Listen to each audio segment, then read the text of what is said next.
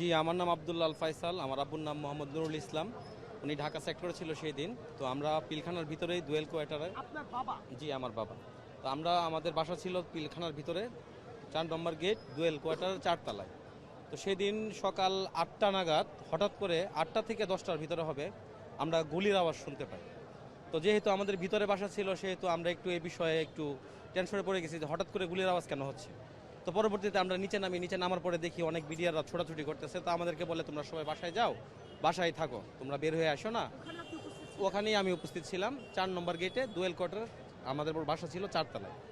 তো পরবর্তীতে আমাদের সবাইকে বাসায় পাঠিয়ে দেওয়া হয়েছে। ওদিন আবার প্রধানমন্ত্রী শেখ হাসিনার পিলখানা যাওয়ার কথা ছিল। তো সেই জন্য আলাদা সিকিউরিটি ব্যবস্থা ছিল পিলখানার ভিতরে। আমরা ভাবছি সিকিউরিটি ব্যবস্থার কারণে হয়তো বা এরকমটা করতে পারে। তো পরবর্তী সময় আমরা বাসায় চলে গেলাম। তার কিছুক্ষণ পরে ঘন্টাখানিক পরে দেখলাম বিডিআর সদস্য যারা আছে তারা সবাই সব দিকে ছড়াই গেল। টিভিতে নিউজ আসতেছে, পুরা মানে পিলখানা গরম হয়ে গেছে যে বিডিআররা এই আপনার বিদ্রোহ ঘোষণা করছে। কিন্তু আজও তো তখনকার যে বিডিআর সদস্যরা ছিল তারা কিন্তু কেউই জানতো না যে এই বিদ্রোহের কারণ কি, কেন হচ্ছে, কি আসে বিষয়। কারণ আমি তো স্বয়ং সেখানে উপস্থিত ছিলাম। আমার বাবাও তখন সেখানে এসে পরে আমার বাবা নাস্তা করার জন্য।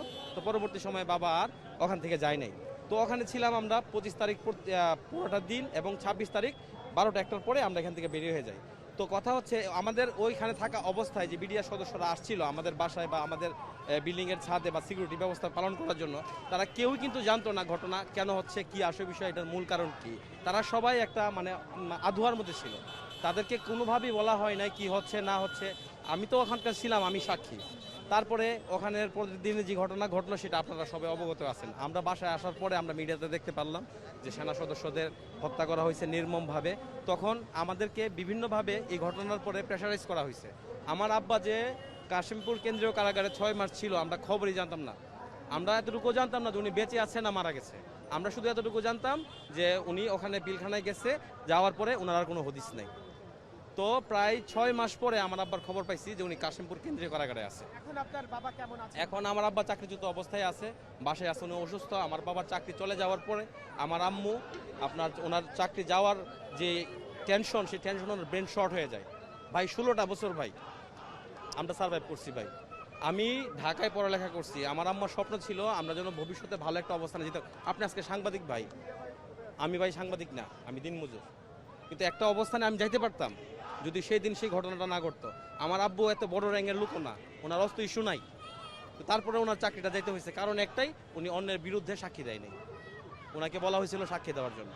আমার আব্বু সৎ নিষ্ঠাবান, আমাদেরকে একটা কথাই বলছে যে আমি হয়তো বা আমার জীবন দশায় আমি এই বিচারের সুষ্ঠু বিচার পাই নাই, কিন্তু তোমরা এক সময় পাওয়া যাবা।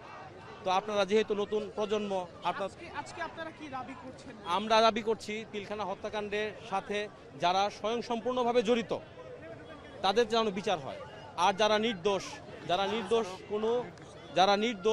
যারা এই সম্পর্কে কিছু জানে না, যাদেরকে হতভম্বভাবে এই ঘটনার সাথে জড়িত করা হয়েছে, তাদের জন্য মুক্তি হয়। আরেকটা ছোট্ট ঘটনা বলে দিই, আমার বাড়ি ব্রাহ্মণবাড়িয়া। তো ব্রাহ্মণবাড়িয়ায় নবীনগরের আমার একজন পরিচিত বিডিআর সদস্য আছে, যিনি চাকরি পাইছে 3 মাস চাকরি করার পরে উনি পিলখানায় আসছে তো সম্পর্ক খেল পার্টির সাথে খেলাধুলার জন্য। তো তখন ওনাকে অ্যারেস্ট করা হয় পিলখানা হত্যাকাণ্ডে। আজকে প্রায় 15 বছর প্লাস উনি জেলে আছে। উনি 3 মাস চাকরি করছে, উনি নির্দোষ, তারপরে উনি জেল খাটতেছে আজকে 15 বছর ভাই। একটা মানুষ যদি অপরাধ করে বাংলাদেশের সর্বোচ্চ শাস্তি অনুযায়ী তার যাবজ্জীবন 14 বছরই হয়, কিন্তু ওনারা আজকে সার্ভাইভ করতেছে 3 মাস চাকরি করে। এটা কি ওনাদের অপরাধ ভাই?